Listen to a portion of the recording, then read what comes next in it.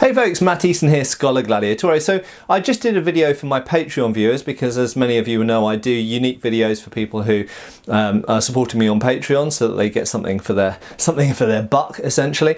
Talking about the shape of points, particularly on these Moro Krises, but just generally speaking on more broader tipped, broader ended swords and knives, which don't necessarily look like they're adapted for thrusting because they've got this kind of broader, more rounded tip. And to cut a long story short, absolutely for soft targets, in other words flesh and things like this, those types of points are perfectly adequate. You don't need a narrow slender point.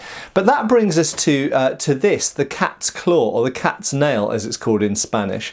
And why were these tips particularly hooked like this? And is that any advantage for thrusting? Well, the short answer is I don't know the answer to this, and I don't believe anybody else does either. I don't think anyone's done any real research on these. Now, this particular clipped tip is something that we do find on medieval langmessers and ruggers and these types of so-called, common people's peasant knives, these types of things.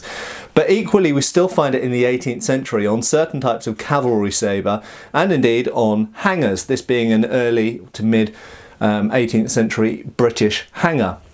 And what we can say is that if you imagine it was straight up the back here, would it thrust any worse? No, I don't think so. So if that was a straight line going to the point, you can see that essentially it's like a semicircle, like a bite has been taken out of the back edge. So if this was going straight up to the point, it would still thrust just the same.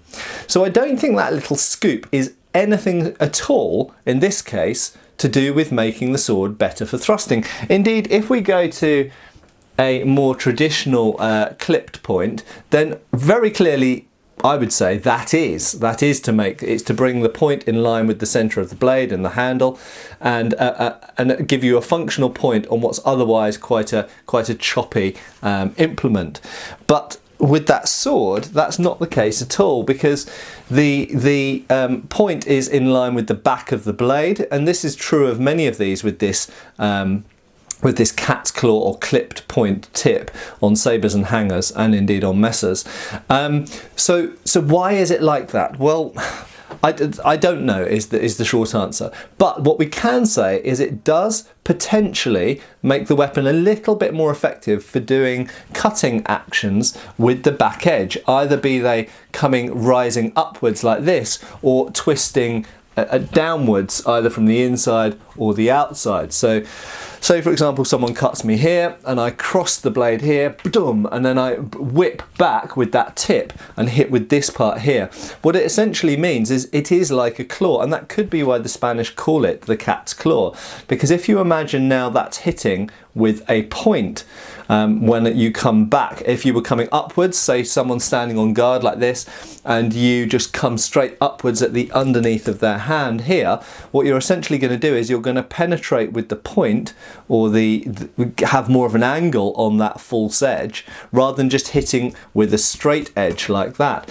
So that's the only thing I can really think of. And I always point out I don't have all the answers to all the questions, and many people ask me to answer questions about things I know nothing about at all, and for the most part I'm afraid I just pretty much ignore those questions, or just say I'm sorry, I don't know, because I don't know everything. And sometimes I can find an expert who does know about that thing, and when I do, of course, I'll stick them on the channel. I'll get them to talk in front of the camera and put them on the channel. But in terms of this cat's claw, that is the only thing I can think. I absolutely do not think it's anything to do with making the weapon more effective for thrusting, because I don't think it does that. Okay, so I think what we need to think about are false edge cuts, and it is quite noticeable that these swords that have this this kind of cat's claw false edge here do tend to have quite notable false edges at the back.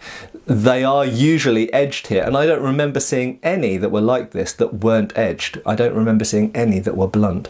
So there we go, folks, just a little thing about the cat's claw, as it's called, the cat's claw false edge.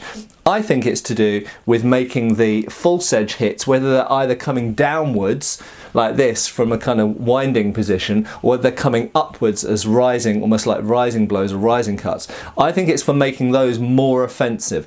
And now, I don't think that this is going to lop arms off or anything like that, but it will nevertheless cause a nasty gash, and a nasty gash in an arm or a head or a neck can have an effect on how the fight pans out. So there we go. I think that's my theory. That's what they're for. But I'm very welcome to hear comments underneath this video about your thoughts. What do you think they're for? Do you think maybe they're just for looks? Do you think they're just for appearance because they look cool?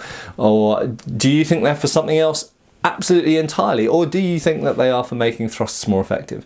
Very interested to hear your thoughts. Cheers, folks. Thank you for watching. Please subscribe and feel free to follow us on Facebook.